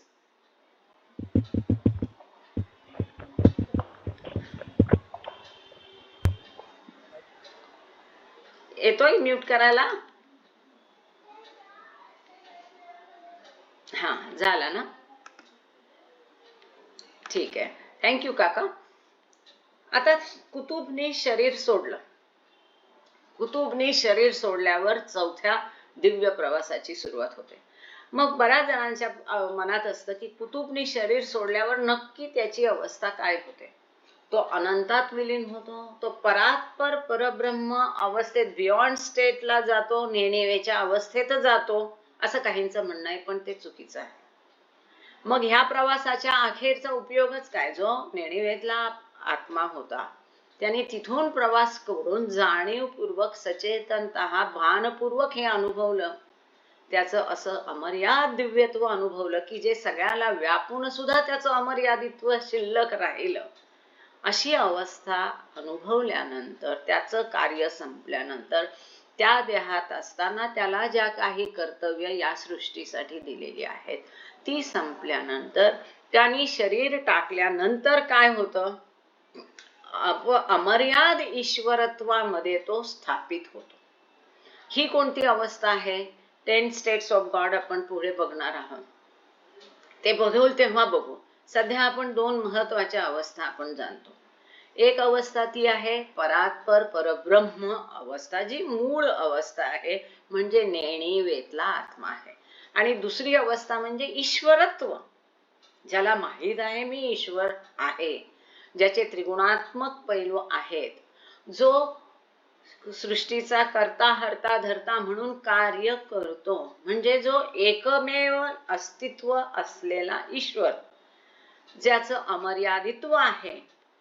अशा ज्या ईश्वराची अमर्याद ईश्वर म्हणून जी अवस्था आहे, त्या अवस्थेमध्ये तो कुतुब कायमसाठी शाश्वतरित्या कधीही संपणार नाही, अशा अवस्थेमध्ये शाश्वत अमर्यादपणे तो त्या ईश्वरत्व अवस्थेमध्ये स्थित होतो. त्या अवस्थेमध्ये तो स्वतः राहतो, तिथे त्याचं अस्तित्व असतं. आणि फनाफिला अवस्थेचं जे लक्ष आहे, म्हणजे ही कोणती अवस्था? फनाफिला अवस्था. फनाफिला अवस्था म्हणूनच ही लक्ष गृहीत धरलेली आहे. म्हणजे दुसऱ्या भाषेत, जरी पहिल्या प्रवासाचा अंत झाला तरीही तुम्ही ईश्वर म्हणूनच अस्तित्वात राहणार आहे. तुमचं सेपरेट व्यक्तित्व त्यात विलीन होऊन ते अमर्याद ईश्वरत्व म्हणून राहणार आहे. तुम्ही दुसऱ्या तिसऱ्या चौथ्या प्रवासाची अंत झाली तरीही येणार त्या फनाफिला अवस्थेलाच. म्हणून फनाफिला अवस्था हे लक्ष आहे. ते जरी पूर्णत्व नाही तरी अंतिम लक्ष ते आहे. शेवटी फिरून तिथेच येणार आहे. सगळे विलीन शेवटी अमर्याद ईश्वरत्व अवस्थेचाच अनुभव घेणार आहे. आणि त्याचप्रमाणे कुतुब सुद्धा याच अवस्थेमध्ये स्थित होतो, त्याच अवस्थेमध्ये तो राहतो, जे की लक्ष आहे, उद्दिष्ट आहे. ती अवस्था कशी आहे? मी ईश्वर आहे ही अविभाज्य, विभागता न येणारी, खंडित न होणारी अशी त्या अवस्थेमध्ये त्याच्या व्यक्तिगत अवस्थेचा तो कायम अनुभव घेतो. आता तुम्ही म्हणाल की ईश्वर एकच आहे, अविभाज्य आहे, मग त्याचं व्यक्तिगत अवस्था त्यात कशी असेल? तर इथे बाबा जे उदाहरण नेहमी सांगतात समुद्राचं, की समुद्राचं अथांग पाणी आहे, पण तरीही त्या सगळ्या बिंदूंनी तो समुद्र बनलेला आहे. त्या समुद्रामुळे बिंदू आहे, बिंदूमुळे समुद्र आहे. बिंदू म्हणून बिंदूला सगळ्यात वेगळं अस्तित्व नाही, पण तो त्या समुद्राचाच भाग आहे. त्यामुळे समुद्रातल्या अनंत बिंदूंप्रमाणे तो एक अमर्याद ईश्वर, अविभाज्य ईश्वर म्हणून कायम स्वतःचा अनुभव घेतो. म्हणजे काय करतो की त्याचं शरीर, त्याचं मन हे सर्व त्यागलं, मानवी रूप त्याने त्यागलं, तरी जे अमर्याद अविभाज्य व्यक्तित्व आहे, आता त्याचं ईश्वर साक्षात्कारानंतर त्याचं मन कसं झालं होतं? It was a universal mind, विश्वात्मक मन त्याने मिळालं होतं. त्याचं शरीर कसं होतं? विश्वात्मक शरीर होतं. म्हणजेच त्याचं विश्वात्मक व्यक्तिमत्व होतं. तो जर ईश्वर झालेला आहे तर त्याचं ते विश्वात्मक व्यक्तिमत्व कधीही खंडित होणार नाही, भंग होणार नाही, ते अभंग राहणार. आणि हीच ब्युटी आहे की त्याचं मानवी शरीर जरी सुटलं तरी त्याचं जे अमर्याद विश्वात्मक व्यक्तित्व आहे ते ईश्वराच्या अविभाज्य अवस्थेत लीन होतं, विलय होतं. आणि त्या अविभाज्य ईश्वरत्वाचा सचेतनतः, जाणीवपूर्वक मी सर्वव्यापी ब्रह्म आहे अशा अवस्थेत तो राहतो शरीर सोडल्यानंतर. आणि हा अनुभव की मी विश्वात्मक, अविभाज्य, अपरिमित, शाश्वत, सर्वव्यापी ब्रह्म आहे, हा अनुभव कॉन्शियसली घेणं हाच चौथ्या प्रवासाचा अंतिम उद्दिष्ट आहे, चौथ्या प्रवासाचं लक्ष आहे, चौथ्या प्रवासाची अखेर आहे. चौथ्या दिव्य प्रवासाची अखेर कोणती आहे? की अनंत ईश्वरत्वामध्ये अविभाज्य व्यक्ती रूपाने कॉन्शियसली शाश्वत ईश्वराचा अनुभव घेणे. अनंत आणि मी अनंत आहे, अमर्याद आहे आणि मीच एकमेवा द्वितीय आहे. माझ्यासारखा दुसरा कोणी नाही. मीच एकटा आहे, दुसरा कोणी नाही. ह्या अवस्थेचा अनुभव घेणं की ह्या विश्वात माझ्याशिवाय इतर काहीही नाही. मी अनंत आहे, अमर्याद आहे, अविभाज्य आहे. माझ्याशिवाय इतर माझ्यासारखं दुसरं या विश्वात कोणीही नाही. मी शाश्वत आहे. याचा कॉन्शियसली शरीर सुटल्यावरही माझ्या विश्वात्मक व्यक्तिमत्व हे असं आहे. या अवस्थेत त्या अमर्याद ईश्वरत्वात विलीन होणं हा चौथ्या प्रवासाचा अखेर आहे. तद्वत त्याचप्रमाणे अच्छा, इथे आपण थोडं थांबूया, कारण काजे भाऊंचा प्रश्न घेऊया. जय बाबा. काजे भाऊ बोला. विठ्ठल काजे. हो हो. जय हा बाबा. एक मिनिट हा, मी मी माझा माईक बंद करते. एक मिनिट, नाही तर मग बोललेलं ऐकायला येत नाही. हा बोला. हा हा हा आता मी जे याच्या अगोदर ऐकलं की जसं आता या कुतुबीयेच्या अवस्थेपर्यंत येण्यासाठी या प्रवासामध्ये या जीवात्म्याला जे काही कष्ट पडतात, जे कष्ट सहन करत करतच इथपर्यंत हा साधक पोहोचतो. आणि इथेही आता त्याला ड्युटी मिळाल्यामुळे याला संपूर्ण याच्यासाठी कष्ट सहन करावे लागतात. पण मी एका ठिकाणी असं ऐकलं आहे की अवतार आणि सद्गुरू याच्यामध्ये असा एक फरक आहे की सद्गुरू हा हे जे कष्ट आहे ते शरीराने नाही, तर त्याला तो अभिनय करतो. आणि अवतार जे आहे तो अवतार हे सगळे कष्ट शरीराने सहन करतो. तर असं कुठे आहे का? जय बाबा. काजे भाऊ, मी असं कुठे ऐकलेलं वाचलेलं नाहीये. मी ऐकलेलंच कारण आहे, मी पण वाचलेलं नाही. तर ते हा म्हणून मला ते क्लिअर करायचं होतं. हा असं हा नाही ना, असं नाही ना, नाही तुम्ही वाचलं कुठे? नाही नाही, हम्म, तुम्ही जे समजलात ते अगदी बरोबर आहे. असं अजिबात नाही. हम्म. त्याचं कारण आहे की सद्गुरू आणि अवतार दोन्ही ईश्वरच आहे. तोही आता ईश्वर. ईश्वर झालेला आहे. फरक इतकाच आहे की तो माणसाचा ईश्वर, मॅन टू गॉड झालाय, आणि गॉड टू अवतार मॅन. ईश्वराचा माणूस झालाय, god god to to man man. झालाय. बरोबर. दुसरा फरक त्यांच्यात, कारण जर त्यांच्यात फरक केला, त्यांच्यात जर फरक केला तर ईश्वर जेव्हा आपण म्हणतो एकमेवा द्वितीय आहे, एकटा आहे, अमर्याद आहे, अविभाज्य आहे, तो राहणार नाही. दोघे ईश्वर अवस्थेत आहेत, म्हणजे दोघे ईश्वरच आहेत आणि ईश्वर एकच आहे. मग एकाच ईश्वरात फरक कसा असेल सफरिंग्स मध्ये आणि आनंदात? सद्गुरूचा आनंद वेगळा राहील आणि अवताराचा आनंद वेगळा राहील असं होऊ शकत नाही. होऊ शकत नाही. बरोबर. कारण तो ईश्वर एकच आहे. ती अवस्था दोघेही अनुभवतात आणि ते स्वतः ईश्वरच आहेत. ते ईश्वर आहे, बाहेरचं रूप दुसऱ्यांसाठी फक्त वेगळं आहे. तो एकत्वाचा अनुभव दोघेही घेतात. दुसरा फरक महत्वाचा हा, म्हणजे हा फरक नाहीच आहे, त्याचंही सफरिंग बॉडीली आहे, याचंही सद्गुरू आणि अवतारात एकच फक्त महत्वाचा फरक जो बाबांनी सांगितला, कार्यक्षेत्र कार्यात आहे. बाकी काही फरक नाही की अवताराचं कार्य विश्वात्मक आहे आणि सद्गुरूला एक त्याचं पर्टिक्युलर क्षेत्र दिलेलं आहे. त्याच्या कार्याच्या सीमा आहेत, कारण त्याच्या मानवी देहाच्या सीमा आहेत. तो गॉड टू मॅन आहे आणि हा मॅन टू गॉड आहे, म्हणून तेवढा फरक ठेवलेला असावा. तेवढाच एक फरक आहे, बाकी सद्गुरू अवतारात दुसरा काहीही फरक नाहीये. ठीक आहे. ठीक आहे. थँक्यू. थँक्यू. जय बाबा. जय बाबा. कठाळे काकांचा पण हँड रेज आहे. जय बाबा. काका बोला. अच्छा, त्याआधी कोणाचे प्रश्न आहेत का विचारूया. थँक्यू. अजून प्रश्न आहेत का कुणाचे काही?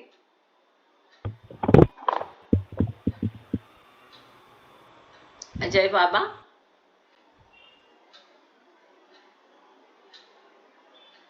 बकाबिला, फनाफिला, कुतुब, सलीक, ह्याच्यामध्ये काही प्रश्न असतील, पहिला प्रवास, दुसरा प्रवास, तिसरा प्रवास, चौथा प्रवास, काही प्रश्न नसतील तर आपण पुढचा एक पॅरेग्राफ होऊ शकतो आपला.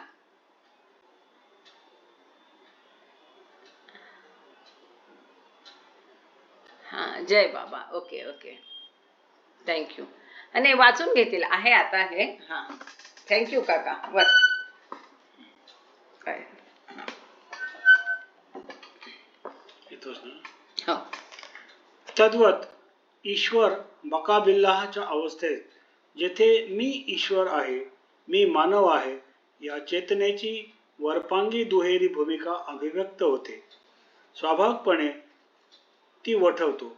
जोपर्यंत मायेचे आवरण जे जाणून बुजून जाणीवपूर्वक किंवा अजाणतेपणे धारण केलेले आहे जात नाही, म्हणजेच जेव्हा मानवी रूप किंवा शरीर त्यागले जाते तेव्हा सचेत अपरिमित अविभाज्य व्यक्तिमत्वाचा अनुभव मी ईश्वर आहे, अनंत अमर्याद आहे, ब्रह्म एकमेवाद्वितीय आहे या शाश्वत रीतीने राखला जातो. हा, आता थोडक्यात म्हणजे काय, ही एक खूबी आहे. आता कधी कोणती गोष्ट आपल्याला अपील होईल ते सांगता येत नाही. एक बरं झालं, बाबांच्या दयेने डोक्यात काही प्रश्नाचे किडे कधी वळवळत नाही. जे बाबांनी सांगितलं तसंच तसं ऍक्सेप्ट करत पुढे जातो. पण कधीतरी त्यामुळे काय होतं की अशी एक चिंगारी एकदम हे होऊन जाते की जसं आज मला स्वतःला हे जाणवलं की अरे, अंतिम लक्ष जर फना फिला आहे असं बाबा म्हणतात, आणि त्याच्या पुढे आणखीन 3 दिव्य प्रवास आहे. पण फायनली गंमत जर बघितली, शेवटी सगळे त्या फनाफिला मी ईश्वर आहे अवस्थेतच विलीन होतात. त्याने जरी सुलुकियत अनुभवली, त्याने जरी कुतुबियत अनुभवली, तरी अंतिम गंतव्य शेवटी फनाफिलामध्ये प्रत्येकाचं आहे. ही एक गंमत आहे, ही एक ब्युटी आहे. आणि त्याचमुळे असेल की फनाफिला इज द फायनल एम. म्हणजे बऱ्याचदा प्रश्न पडतो की नक्की तो सद्गुरू हे झाल्यानंतर कुठे जातो. बकाबिला अवस्थेत तो सद्गुरू आहे. ज्यांनी बकाबिला अनुभवली तोही सद्गुरू आहे, फक्त त्याला ड्युटी दिलेली नाही, त्याला सलीक म्हटलेलं आहे. त्याचा मृत्यूनंतर काय होतं, तोही पुन्हा फनाफिलाची जी अवस्था आहे, ईश्वराचं अमर्याद अस्तित्वातच तो विलीन होतो. मी अमर्याद ईश्वर आहे, हेच बाबांनी इथे सांगितलेलं आहे. की जसं आपण कुतुबचं बघितलं, ईश्वर त्यांनी शरीर सोडल्यानंतर अनंत ईश्वरत्वामध्ये तो स्वतः एक व्यक्तिगत म्हणून मी अनंत ब्रह्म आहे या अवस्थेचा अनुभव घेतो. ह्याचप्रमाणे बकाबिला अवस्थेत जरी तो दुहेरी अनुभव घेत असला, मी माणूस पण आहे आणि ईश्वर आहे, असा वरपांगी म्हणजे वरवर बघता जरी तो दुहेरी भूमिका व्यक्त करत असला, अनुभवत असला, आणि सहजपणे स्वाभाविकपणे तो जरी ते मायेचं आवरण मध्ये वावरत असला, त्या भूमिका वठवत असला, जाणून बुजून किंवा अजाणतेपणे जरी त्याने ते धारण केलेलं असलं मनुष्यपण, म्हणजेच काय आहे, ही जी भूमिका आहे ती मी ईश्वर आहे, मी मानव आहे, ती जरी त्याची चालू असली, म्हणजेच जेव्हा मानवी रूप किंवा शरीर त्यागले जाते तेव्हा, म्हणजे जर बकाबिला अवस्थेमध्ये दुसऱ्या दैवी प्रवासाच्या अंतमध्ये त्यांनी बकाबिला अवस्थेत जर कुणी शरीर त्यागलं तर काय होतं, तेव्हा सचेत अपरिमित अविभाज्य व्यक्तित्वाचा अनुभव, हाच अनुभव कुतुबियतच्या मध्ये पण आलेला आहे. जाणीवपूर्वक अमर्याद आणि अविभाज्य व्यक्तिमत्वाचा अनुभव, मी ईश्वर आहे, मी अनंत आहे, अमर्याद आहे, मी एकमेवा द्वितीय ब्रह्म आहे, मीच केवळ ब्रह्म आहे, अशा पद्धतीने तो जाणीवपूर्वक अमर्याद ईश्वराचा अनुभव घेतो आणि त्यातच विलय होतो. आणि हाच त्याचा अनुभव शाश्वत असतो. म्हणजे उद्या जरी महाप्रलय झाला, पुन्हा सृष्टीची निर्मिती झाली, प्रलय झाला, पुन्हा सृष्टीची निर्मिती झाली, तरी त्याची जी अखंड अवस्था आहे, म्हणून त्याला खंड नाही, अविभाज्य का म्हटलंय?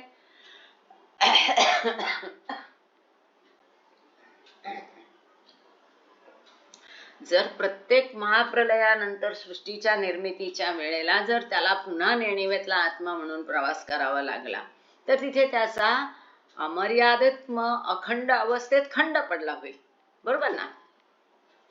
अखंड म्हणजे त्यात खंड पडत नाही, अविभाज्य म्हणजे जी विभाजता येत नाही, म्हणजे कुठल्याही अनंत काळपर्यंत शाश्वतरित्या म्हटलं म्हणजे सगळं आलं, कधीही न संपणाऱ्या अशा ब्रह्म अवस्थेचा बकाबिलाह सुद्धा अनुभव घेतो. म्हणजे शाश्वतरित्या ती अवस्था राखली जाते. म्हणजे साध्या सोप्या बोलीभाषेच्या आपल्या रोजच्या व्यवहाराच्या शब्दात सांगायचं म्हणजे ईश्वरत्वात तो विलीन होतो, ईश्वर म्हणून तो राहतो.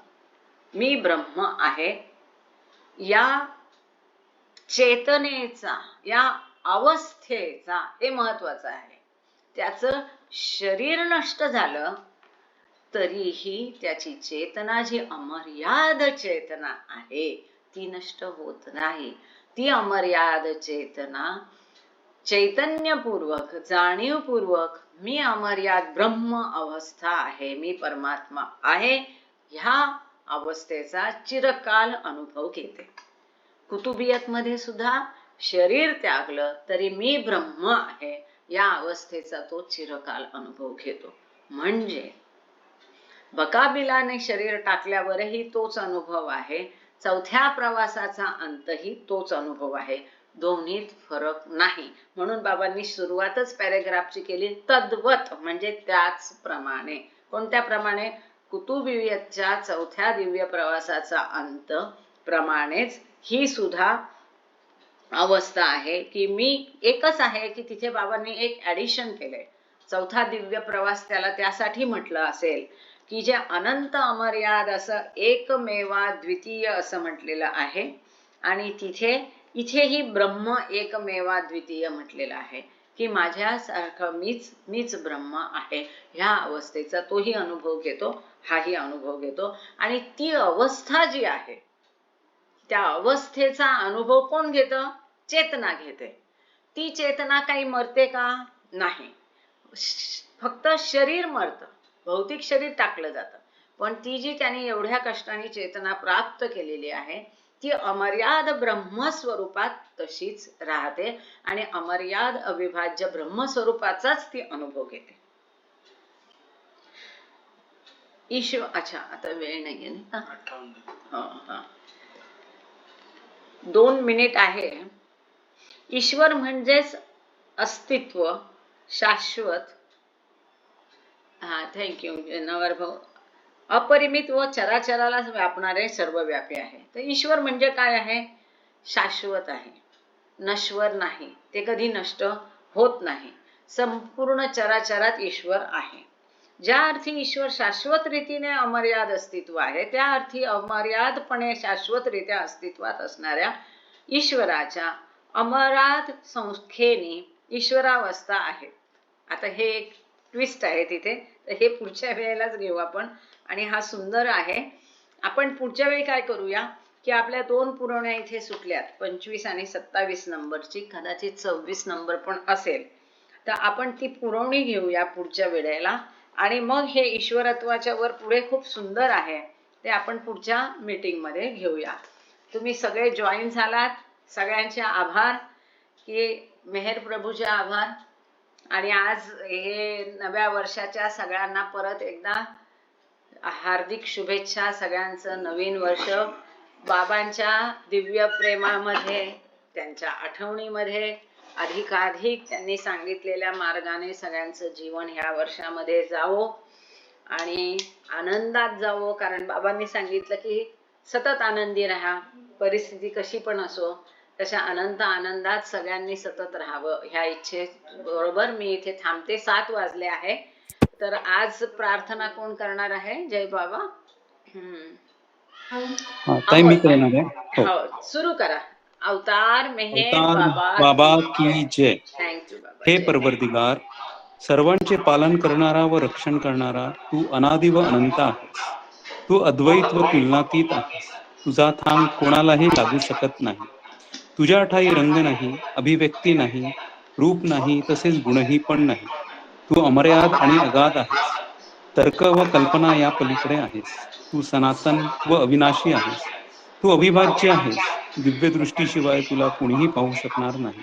तू सतत होतास, तू सतत आहेस व सतत राहशीलही. तू सर्व ठिकाणी आहेस, सर्वात आहेस आणि सर्व ठिकाणांच्या तसेच